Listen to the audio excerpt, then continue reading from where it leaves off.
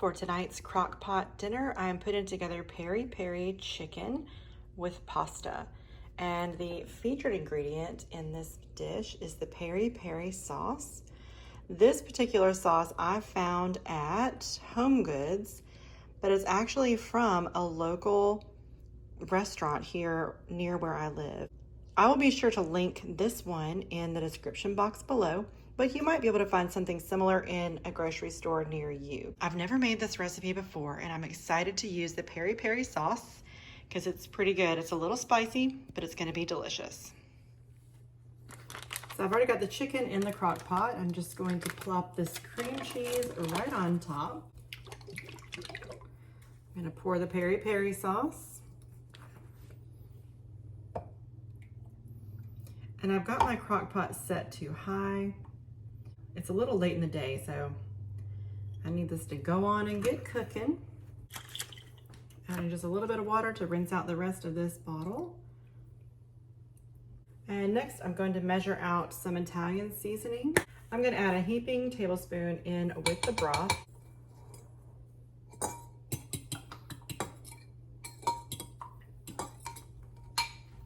And I'm just going to add this right in. We'll cook on high for 4 to 5 hours. Here's what it looks like without the lid on, and maybe I should have used my larger crock pot because I was planning to add the pasta into this crock pot. I think I'll be cooking the pasta separately because this is already full. So I just took the temperature of the chicken and it is very done. And I went ahead and broke up the cream cheese. And so now I'm gonna pull the chicken out and shred it up, then I'll put it back in the pot while the pasta cooks. All right, spoiler alert here. This recipe was so good. We ended up having 3 extra adults at our house for dinner. We still had leftovers, so this fed a crowd. Everybody was a part of the Clean Plate Club. And I will say that next time I will make sure to be able to fit the pasta into the crock pot. I will use my larger one because the leftovers, I put everything all together, the pasta with the chicken and the sauce. It was so good. It was good anyway, the way it was, but oh my gosh, all together it was delicious. Y'all have to make this. It's very similar to spicy chicken spaghetti if you've ever had that before. So tasty. Not to mention it was so simple to make. This is definitely going in our favorite file in my cookbook. All right, so I added the chicken back in as well as the green bell pepper, and I'm just gonna let those cook together while the pasta cooks on the stove. Here's a look at the plated meal. It was so good. And we also topped it with some cheese. Yes, please. 5-star review all around. This crock pot recipe is a slow cooker beef queso dip. Today is Sunday. We're going to be watching the Falcons play, and I thought I would make this dip for a game day snack. So we've got a pound of ground beef. We have 1 jalapeno diced, 2 cloves of garlic minced, 1/2 of an onion chopped. We're going to be using 32 ounces of Velveeta, 2 cans of green chilies, and about 1/4 cup of taco seasoning mix. You could also use like a packet of taco seasoning mix.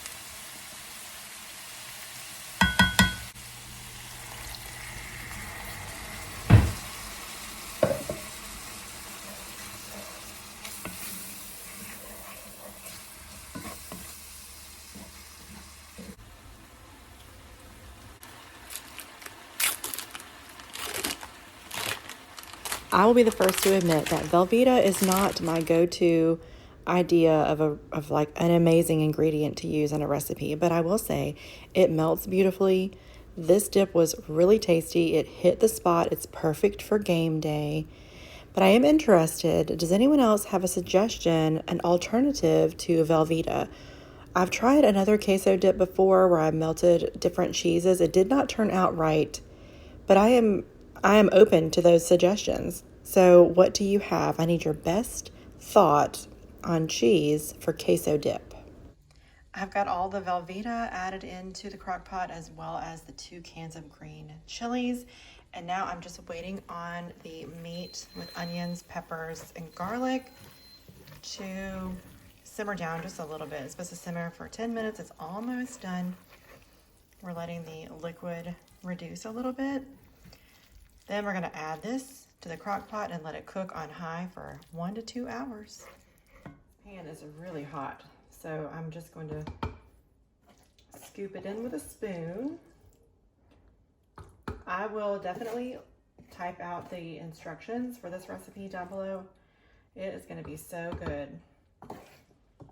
So I'm going to give this a quick stir, pop the lid on, and it'll cook on high for an hour or 2. This crock pot does tend to cook a little hot, so it might not take that long. I'm going to keep an eye on it.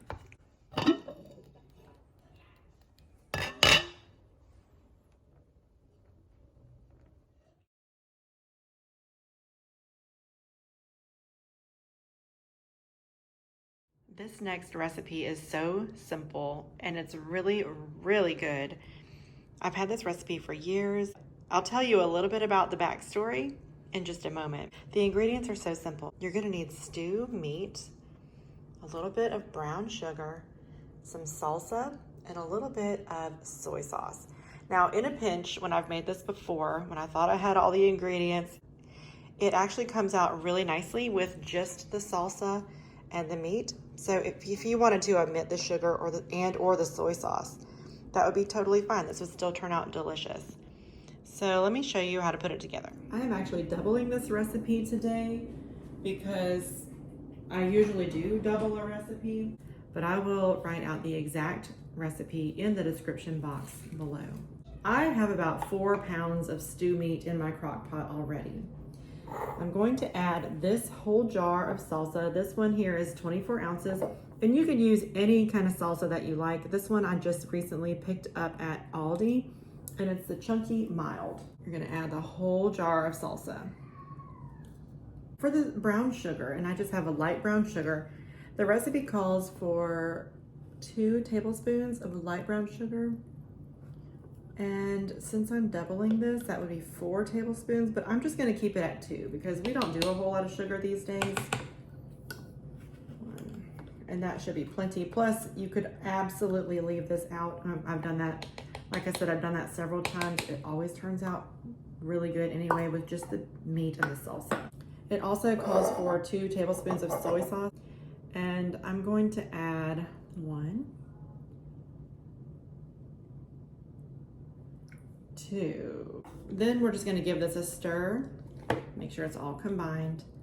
We're going to cook it on low for 6 to 8 hours. You could also cook it on high for 4 to 5 hours, but I really do prefer to cook stew meat low and slow. I'm so excited to make this. I haven't made it in such a long time. The story behind this recipe is way back when I was a young married woman and I didn't have a lot of recipes in my cooking repertoire. I asked one of my good friends, Kim, who we're still good friends to this day, if she had any tried and true, really easy recipes. And she gave me this recipe way back then, and I've made it several times, although I haven't made it in quite a long time. So I'm excited to have this and enjoy it with the family tonight. But you know, it brings back sweet memories. This is an early part of my experience as a wife and mom. And I just love that so much. And it's a tried and true, simple and delicious recipe. And I just know that you'll enjoy this with your family as well. This recipe is so tender and full of flavor. It is absolutely scrumptious. Be sure to add this one to your cooking repertoire. Today we're making pinto beans in the crock pot. If you have never made pinto beans in your crock pot, I cannot recommend this recipe enough. I came across this recipe 2 years ago and it is so good. Pinto beans have become one of my favorite meals. If your family happens to be vegetarian, it would be really easy to modify this recipe into vegetarian as well. It's so good. I cannot wait to show you. This is life-changing. Let's get started.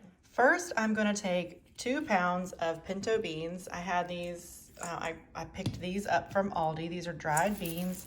And I'm going to rinse them really well, and then I'm going to go through and sort them because a lot of times pinto beans will have like broken beans in them. Sometimes, I mean, I've read online that there could be rocks or stones or pebbles or whatever in here. I don't know. I've never found a rock in my pinto beans, but I'm just going to rinse these really well and then sort through them to make sure there are no rocks.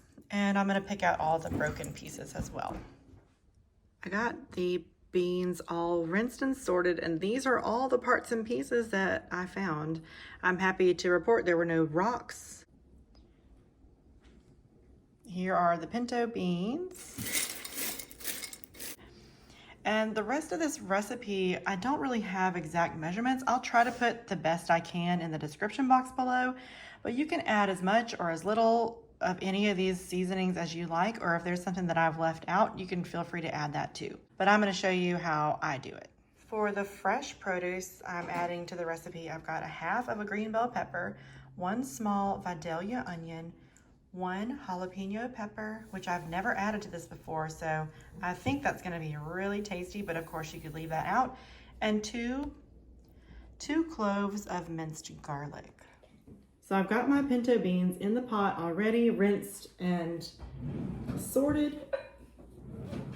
And now I'm just going to add all the other ingredients right in. So I've got 1/2 bell pepper, the small Vidalia onion, you could use any kind of onion, the 1 jalapeno, and the 2 cloves of minced garlic.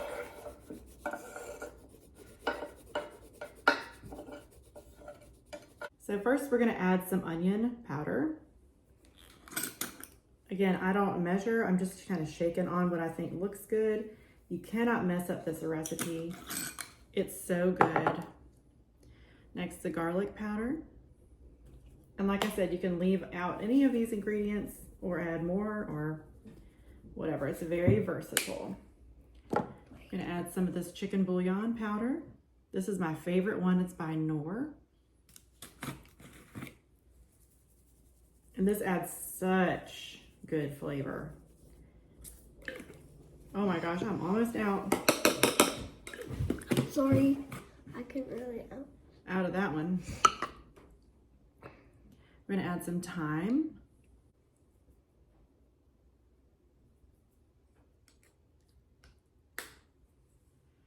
And last, a little bit of salt.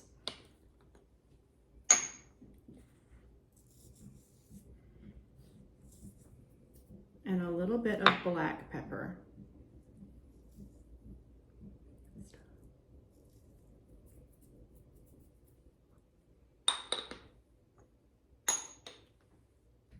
Then we're going to add enough water to cover the beans by about 1 inch.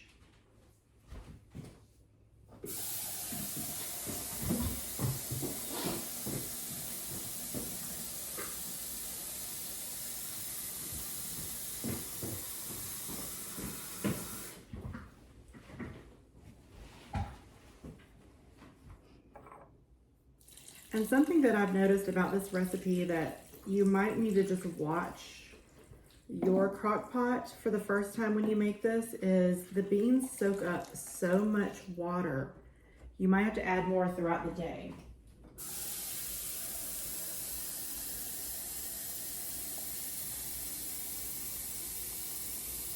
It's like the beans drink the water. Right. You definitely don't want your beans to get dry, so do keep an eye on them and just add water as needed. So here's what I've got so far. It's just all in there. I'm giving it a quick stir. These beans are so good. They can stand on their own as a meal, maybe with a side of cornbread or biscuits or whatever it is you like to eat with your pinto beans. But I really, really love to serve these as a side dish on like Taco Tuesday or Nacho Night. Flavor is out of this world. I'm telling you, you've got to try this recipe. So I put my lid on and I'm just going to set this to high for about 5 hours. And I'm going to keep my water measuring here. I'm going to keep this here and my spoon just in case I need to add more water. I can add throughout the day. I do intend to keep an eye on these. This is also fantastic to bring to a gathering, like a potluck. It's so, so good. I cannot even tell you.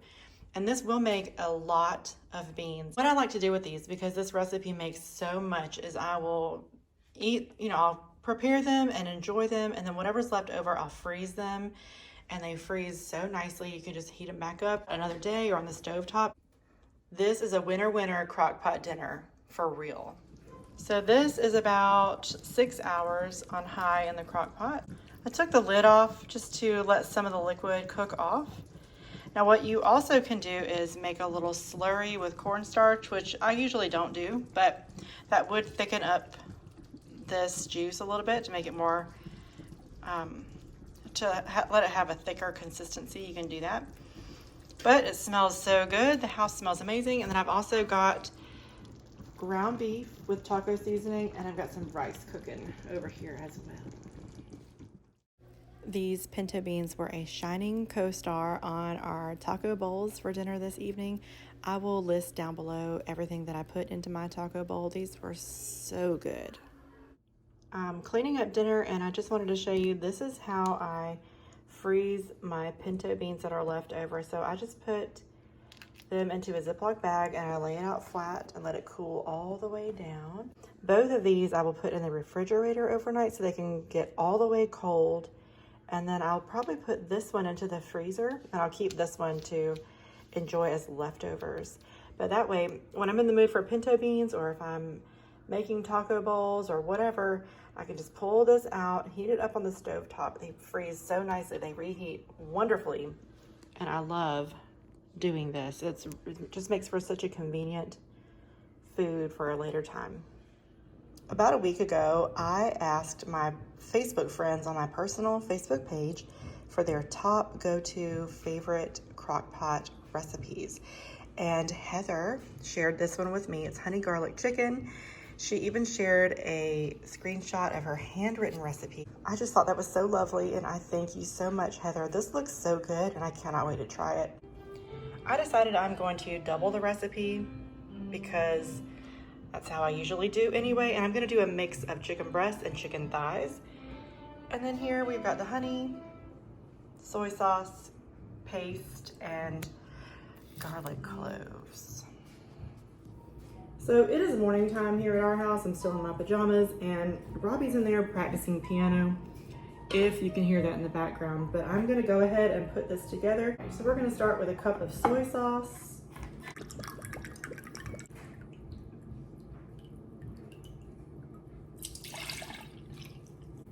And 1 cup of honey. Again, I'm doubling this recipe.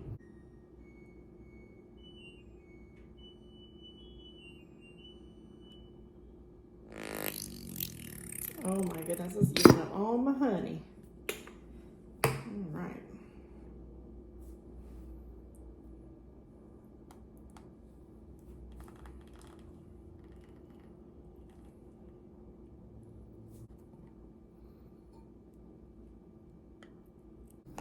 All right, so I'm gonna measure out 4 of these.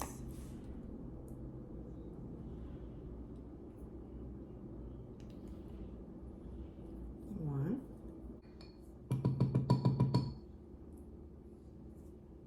2, 3, 4.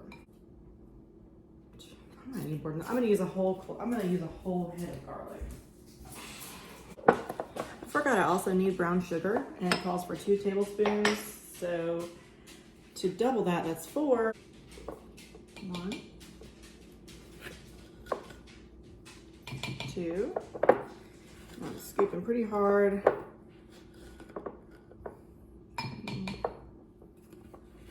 And 4. Oh my gosh, this already smells so good. I feel like this would probably be really good with ginger in it too.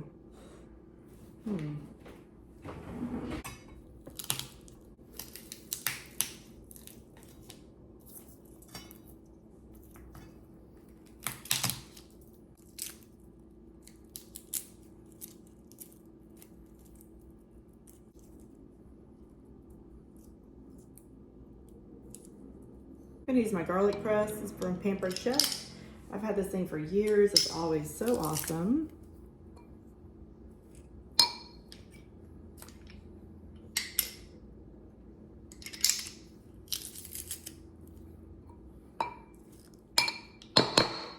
I'm gonna give this a little mix.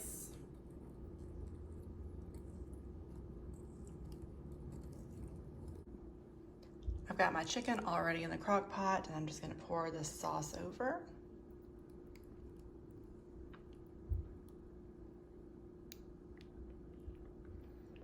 And I'm gonna cook this on low for 6 to 8 hours.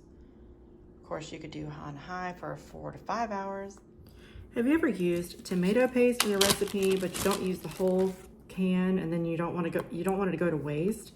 I recently saw, and I cannot remember where I saw this, one of my YouTubers, but I saw where you can put it into as a plastic bag and freeze it. And that way, whenever you're ready to use it again, you can break off. It's easy to break off an amount that you need. I thought this was so smart. So I've actually never done this before, but kind of flatten it out a little bit. Look at that. Okay. And you're going to seal it.